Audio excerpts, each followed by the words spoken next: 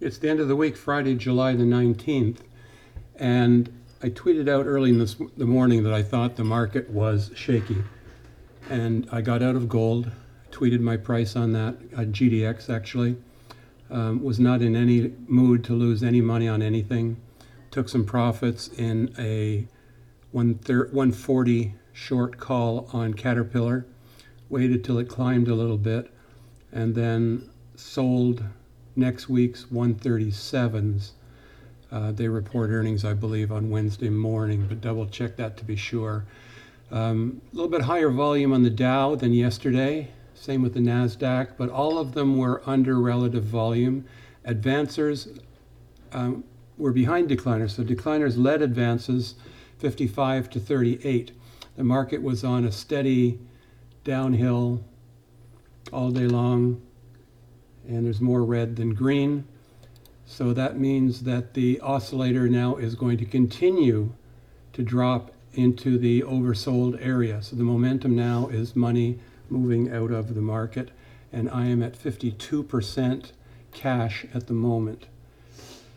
The S&P had this kind of day, which was not an engulfing candle, but pretty close to it, where the lowest part of the candle would have been below yesterday's low, and the highest would have been above yesterday's high. So not quite. The gap is still going to be tested. I see the market still going down next week. There are a ton of earnings in the industrials, Caterpillar being one of them. Caterpillar had a fairly nice day, up 1.9%. This was the last day to trade it to capture the $1.03 dividend that'll be paid August the 19th. So I have my full allotment, 700 shares, that are covered with 135 calls next week and 137 calls next week.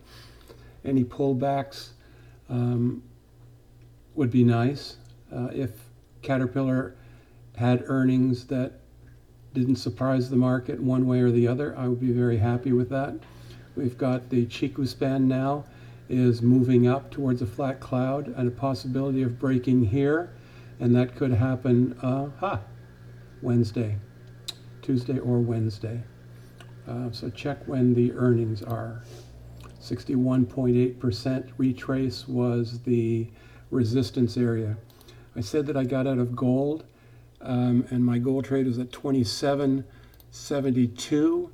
It finished at 28 with this indecisive candle right in the middle of its high and its low. Let's take a look at the volume.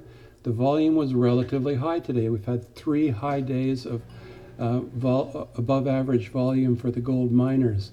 So this is something to look at on Monday to get back into.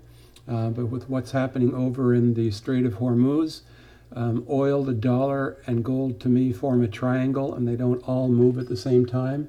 When one moves, 2 could move, but 3 won't move. There's bound to be an oil price movement, and then it'll be between gold and the dollar to see which one is going to go down. It'll be one or the other, or up.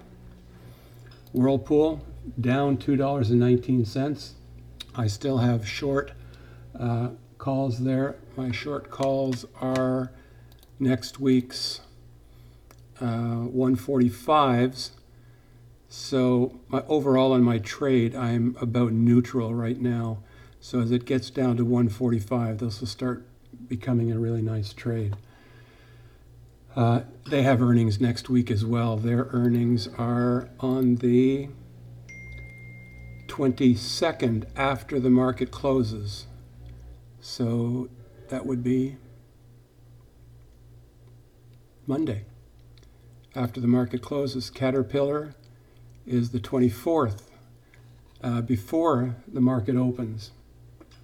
U.S. Bank was down a little bit. We don't normally follow that one. WDC, remember 78.2 was its rejection point.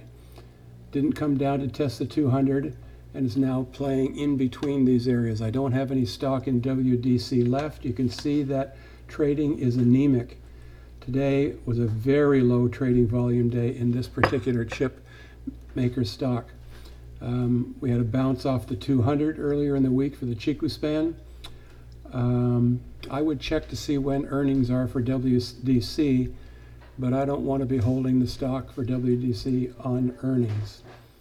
So where are we headed to? I think the market is going down some more, and it's going to test the top of the gap, 29.6450, and then we'll see what happens after that.